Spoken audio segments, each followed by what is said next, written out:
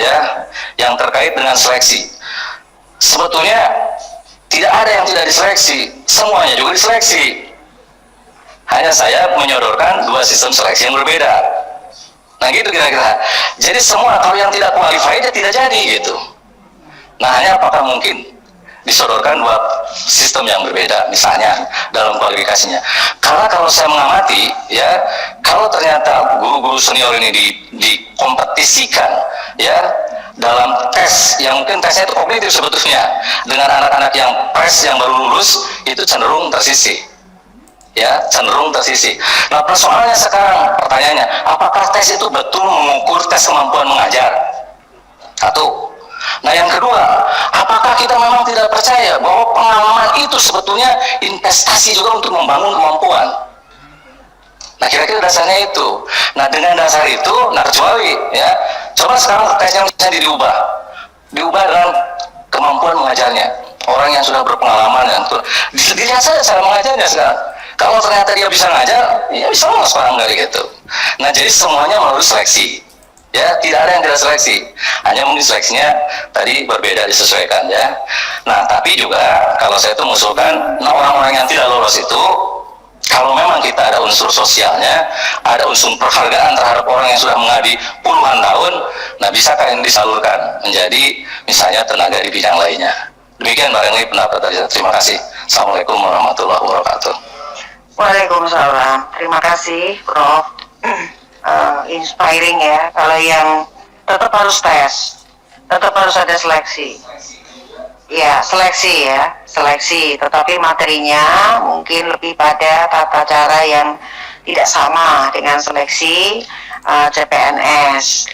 Tadi dicontohkan adalah kemampuan mengajar yang tentu saja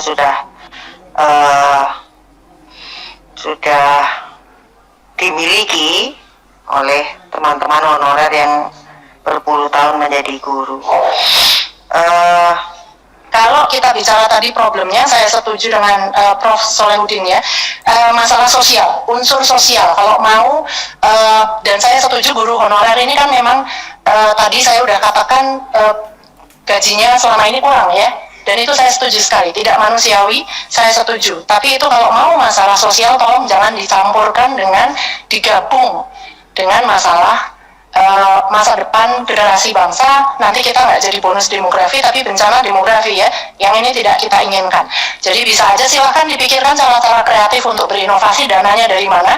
Karena ini masalah sosial, siapa tahu aja kerjasama Menteri Sosial, kali kalau ada anggaran lebih, silakan cara-cara inovatif. Tapi yang saya minta kan hanya jangan dicampur, mau menghargai dengan mau meningkatkan mutu, itu saja. Tapi saya setuju bahwa kita harus hargai ya, bukan berarti saya nggak setuju, kita harus hargai. Cuman jangan dicampur, karena jadinya kita tega banget gitu sama siswa kita, istilahnya kayak dokter tadi, kita ini apa mau membunuh generasi muda kita gitu ya. Jadi kalau seleksi, saya setuju dengan Prof. Solehudin, itu sebuah keharusan, tapi seleksinya betul. Seleksinya asalkan relevan dengan kompetensinya. Seperti saya tadi, saya ini usia sudah 47, di atas 35 ya Pak. Kalaupun dites sekarang saya nggak takut, karena kalau itu, jadi yang diperlukan bagi saya mungkin ya siapkan dana untuk memotivasi para guru ini ya, daripada dananya disiapkan untuk tes atau tidak tes, atau mungkin ada dana yang perlu untuk memotivasi para guru ini supaya nggak takutnya. Pandangan para filosof di dunia pernah menuturkan bahwa jarak tempuh yang terjauh dijalani setiap orang dalam hidup ini bukanlah dari kutub utara ke kutub selatan atau dari sini ke Norway atau kemana, tapi jarak antara hati dan pikiran. Mungkin sih saja kita dalam penalaran kita mengatakan guru-guru ini harus diperlakukan sesuai dengan standar yang ideal. Tapi kita juga harus tersentuh dengan nurani kita. Bukankah pengabdiannya juga sudah panjang dengan segala dinamika suka duka yang dilewatinya? Mungkin di tengah harus kita pilih.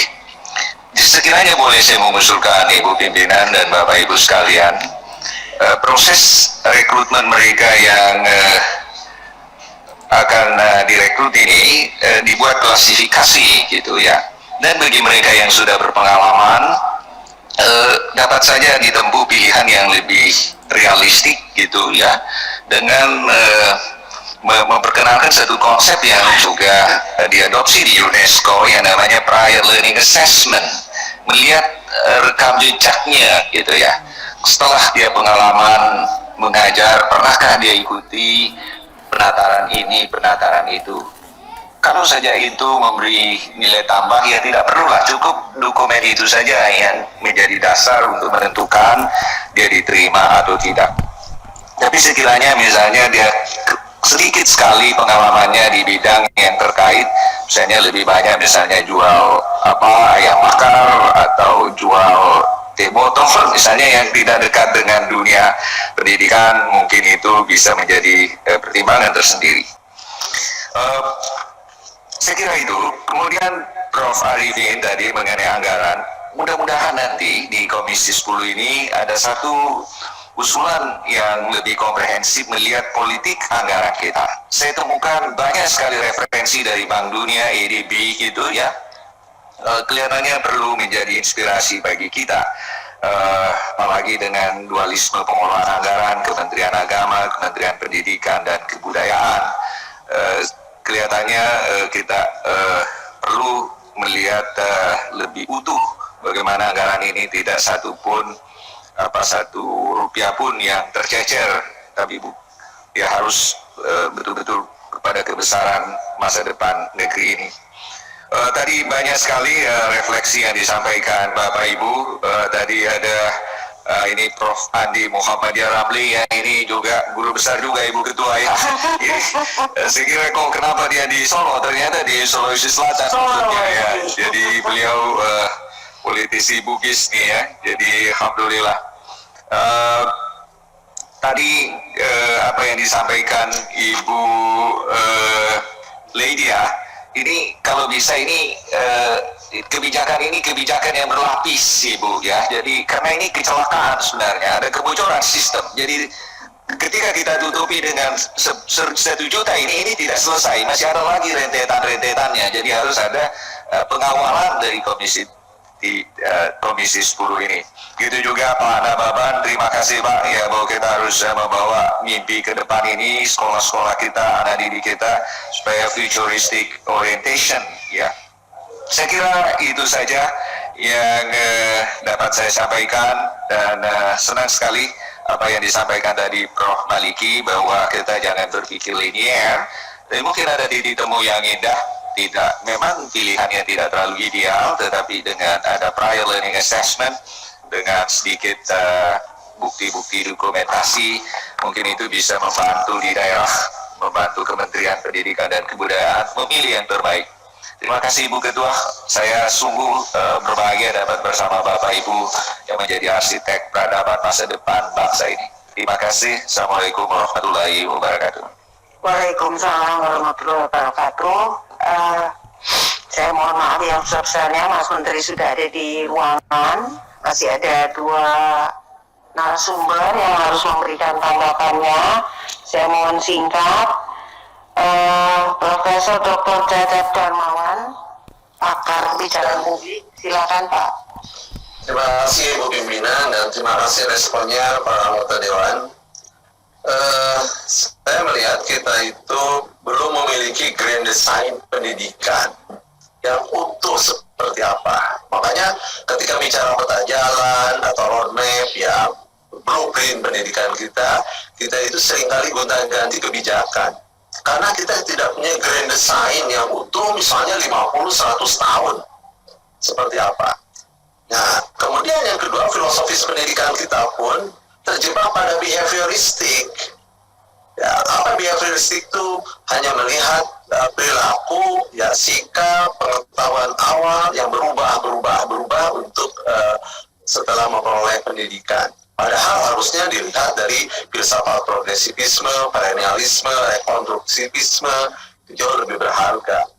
Yang ketiga, kita pun melihat pendidikan itu tidak melalui pandangan yang sistemik. 8 standar pendidikan, dari mulai standar isi, proses, sarana prasarana, ya teknik dan guru, gitu ya, standar biaya, evaluasi, kemudian kompetensi lulusan dan pengelolaan, ini selalu parsial, Bu Agustin, ya Bu Agustina, selalu parsial. Hari ini kita bicara soal teknik dan guru, itu kan satu standar. Sebelumnya soal UN. Jadi ngejahitnya itu sulit gitu ya, kalau kita tidak berpikir komprehensif. Tapi nggak apa-apa, ini masukan tadi dari Bapak Ibu para anggota Dewan ya, Bu. Saya kira ini sangat berharga Bu ya, bagi kita semua, bagi dunia pendidikan terutama. Dan terakhir bagi saya, jadi kita seringkali terjebak pada tadi ya, behavioristik, kemudian selalu silau dengan ajaran-ajaran pendidikan di luar, padahal ajaran pendidikan kita Ki Hajar Dewantara juga sangat baik dan sungguh sesuai dengan filosofis bangsa kita. Ya, tadi mengungkapkan bagaimana pendidikan itu adalah ranah formal, informal, non formal. Kita selalu terjebak pada pendidikan formal, Bu. Ini kita juga bicara pendidikan formal. Padahal banyak orang-orang berhasil tidak sekedar memperoleh pendidikan formal, tapi juga informal dan non formal. Sekian saja, terima kasih. Assalamualaikum warahmatullahi wabarakatuh. Waalaikumsalam warahmatullahi wabarakatuh. Terima kasih Profesor Dr. Cecep Darmawan. Selanjutnya kami berikan waktu kepada Pak Dr. W.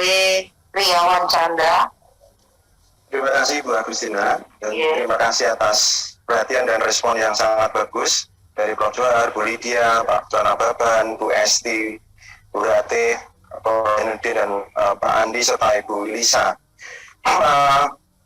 Saya mungkin tidak masuk pada soal teori pendidikannya, tadi sudah banyak disampaikan. Saya adalah praktisi pendidikan, konstituen saya tidak berteori, tapi saya mempraktekkan pendidikan di Fakultas Hukum.